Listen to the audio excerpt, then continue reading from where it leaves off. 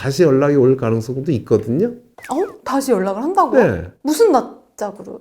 이 정도면 두 가지인데, 하나는 죄송한 얘기지만 연세대학교 의과대학 세브란스병원의 정신과학 교실 남궁기 교수고요. 국회는 남궁마트 사장입니다.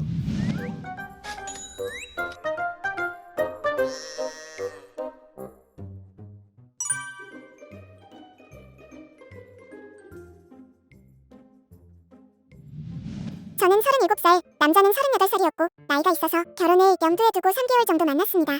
매일 술을 마시는 사람이라 술 약속 때문에 못 만난 적도 많아요. 심지어 2월 설 연휴에도 친구들이랑 매일 술 약속이 있다고 해서 못 만났어요. 연락도 잘 안 됐고요. 그래서 대판 싸웠습니다. 남자친구는 본인도 사회생활을 해야 하고 친구들과도 너무 가깝기 때문에 술을 안 마실 수는 없다고 하더라고요. 그래서 횟수는 줄이기로 약속했습니다. 하지만 여전히 술자리는 줄어들지 않고 만취한 적도 여러 번입니다. 그러다 지난 3월 초 연휴 때도 술자리에 간다고 했는데 그 뒤로 연락이 안 돼요. 카톡도 씹고 전화도 안 받고 갑자기 이렇게 잠수를 다 버리네요. 그 나이 먹고 잠수 이별이라니 어이가 없네요. 친한 친구가 혹시 유부남이었던 거 아니냐고 하네요. 진짜 유부남이었을까요? 이 나이에도 내가 이렇게 사람 보는 눈이 없는 건가 하는 생각도 들고 제 마음속에 불이 난 것처럼 화가 나고 슬프고 어떻게 해야 할지 모르겠어요. 잠수 이별 타는 사람들은 왜 그러는 걸까요? 잠수 이별이라는 게 요새 자꾸 이슈가 되는데, 옛날에는 잠수 이별이 많았죠. 저도 잠수 이별을 여러 번 당하고 잠수 이별 안 한 여자하고 지금 살고 있는 건데, 결혼해서. 잠수 이별? 그건 매너 없는 거죠. 정말 무책임한 거지. 사람이 판결이 안 났을 때가 제일 괴롭거든요. 그래서 그런 얘기 들어요. 구치소에 있을 때가 제일 괴롭대요. 구치소는 재판이 끝나기 전에 있는 데고, 그 다음에 재판이 끝나면 교도소로 옮기잖아요. 그럼 교도소 가면 사람들이 살이 쪄요.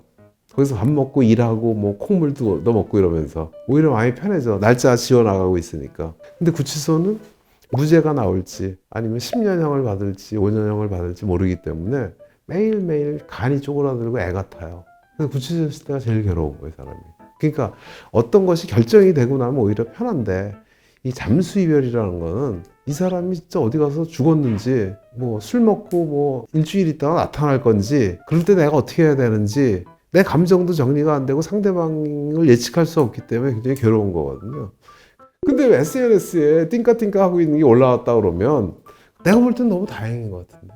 그렇게 무책임한 사람이 알아서 떨어져 나가줬으니까.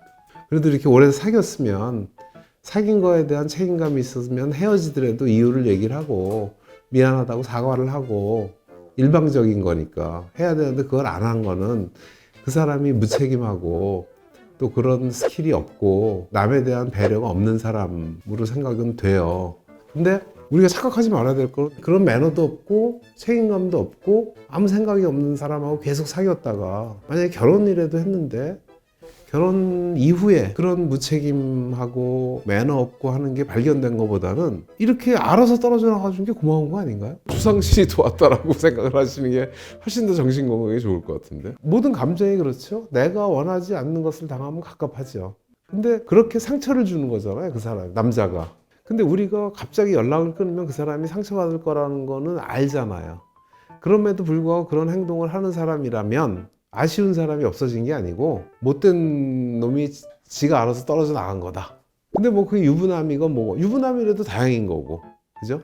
사람은 누구나 모든 걸 알고 시작하는 건 아니잖아요. 수차례 시행착오를 거쳐서 배우자를 선택을 한다든지 하는 거잖아요. 그러니까 결국은 우리가 어떤 만남에서 나하고 맞을 가능성보다는 안 맞을 가능성이 많다는 전제의 사람을 사귀는 거잖아요. 맞는 건 한 번이고 안 맞는 건 수차례니까. 그럼 이 사람은 그런 사람 중에 하나였는데, 내가 같은 남자 입장에서 매너가 없는 거잖아요.